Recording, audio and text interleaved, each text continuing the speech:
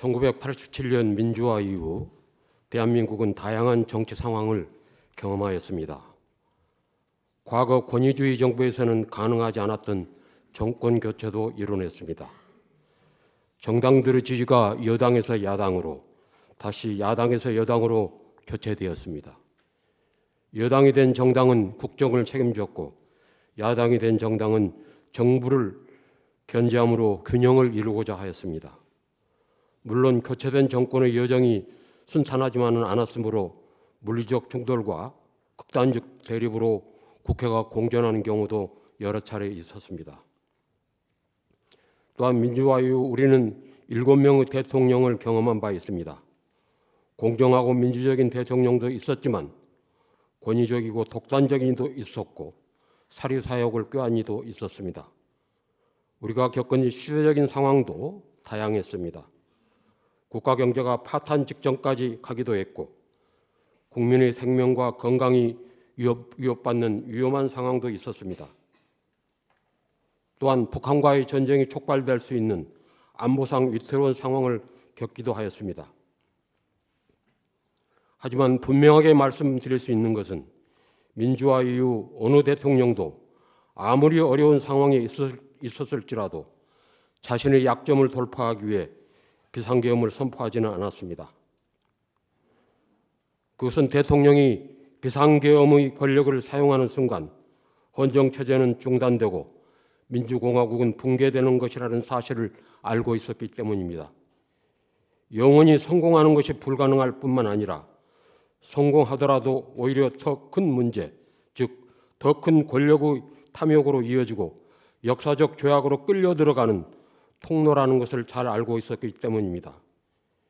피청구인이 저지른 비상계엄 선포는 어떤 대통령도 꿈꾸지 않았던 바로 그 금단의 행위, 최악의 헌정 파괴 행위입니다. 한 걸음 더 나아가 피청구인은 비상계엄에 대한 유일한 통제장치인 국회의 계엄 해제 요구를 무력화하기 위해 국회를 봉쇄하고 침범하였습니다. 또한 어떠한 근거도 없는 부정선거 의혹을 주장하며 병력을 동원하여 헌법기관인 중앙선거관리위원회를 침입하였습니다. 대통령은 국민으로부터 직접 신임을 부여받은 국정의 최고 책임자이며 최고의 권력기관입니다. 그렇게 그에게는 가장 위험한 권력인 군 통수권과 계엄 선포권이 부여되어 있습니다. 동시에 가장 중요한 과업인 헌법 수호 책무가 부여되어 있습니다. 만일 그가 자신에게 부여된 권력을 헌법에 대한 적극적인 공격에 사용한다면 헌정 질서는 크게 훼손되거나 파괴됩니다.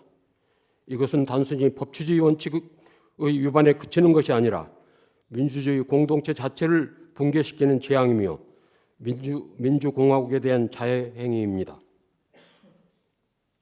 피청구인의 헌법 위반 행위들은 민주주의와 법치주의 기본 원칙에 대한 적극적인 헌정 파괴 행위였습니다. 그럼에도 피청구인의 태도는 어떻습니까? 반성과 뉘우침이 없습니다. 거짓말과 헛소리, 궤변, 그리고 헌법에 반하는 주장을 늘어놓고 있습니다. 정당한 영장 집행에 저항하였고 극렬 지지자들을 선동하여 오히려 공권력에 대항하게 하고 있습니다. 이처럼 피청구인은 몇 년 전 그가 받았던 국민의 신임을 더할 수 없는 방법으로 배신하고 있습니다.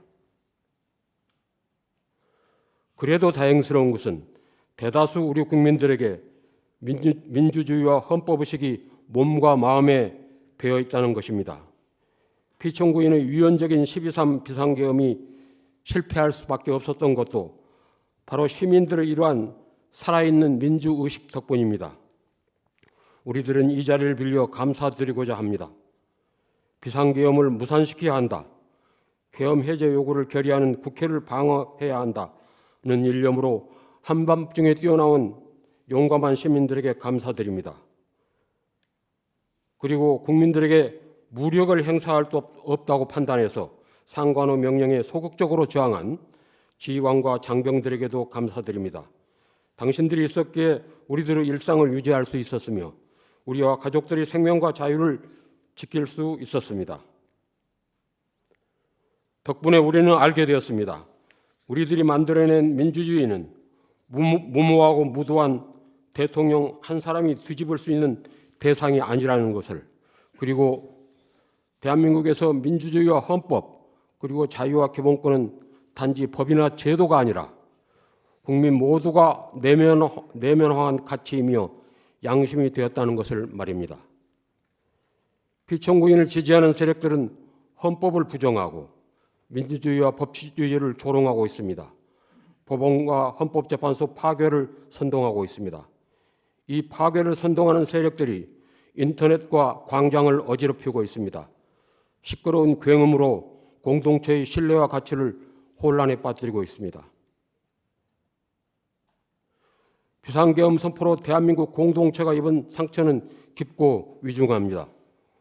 공고화된 민주국가 시민으로서의 자긍심에 큰 손상을 입었습니다. 추락한 경제는 정치적 불안에 위기감을 더하고 있습니다. 대통령 탄핵을 둘러싸고 정치적 양극화는 더 심화되었습니다. 또한 군 전체에 수치스러운 트라우마를 남겼습니다. 국민들은 그 상처의 치유를 원하며 민주주의와 헌정 질서의 온전한 복원을 갈망하고 있습니다. 우리는 자신감과 용기를 가져야 합니다. 대한민국의 법치와 민주주의 시스템에 대한 의연한 신뢰를 가져야 합니다. 거스를 수 없는 국민들의 보편적인 합의로 민주주의와 법치주의를 완성하기 위해서는 많은 시간과 노력이 필요할 수도 있습니다. 우선 가장 중요한 일부터 한 걸음씩 해결해 가야 합니다. 그 첫 번째 과제는 바로 이 사건 탄핵 심판에서 공정하고 정의로운 결정이 내려지는 것입니다. 바로 대통령에 대한 파면 결정입니다. 만에 하나 헌법재판소가 피청구인에 대한 탄핵 심판 청구를 기각하여 피청구인이 대통령의 직무에 복귀하게 된다면 이는 더 큰 재앙을 불러오는 것으로 우리 공동체와 구성원 모두를 위험에 빠뜨리는 행위가 될 것입니다. 피청구인의 무모한 헌정 파괴 행위로부터 헌법을 수호하기 위해 헌법과 법치주의의 준엄함을 분명하게 보여줘야 합니다. 다시는 이러한 일이 재발되지 않도록 피청구인에게 엄중한 책임을 물어야 합니다. 그러므로 피청구인 윤석열 대통령에 대한 파면 결정은 신속하게 내려져야 합니다. 감사합니다.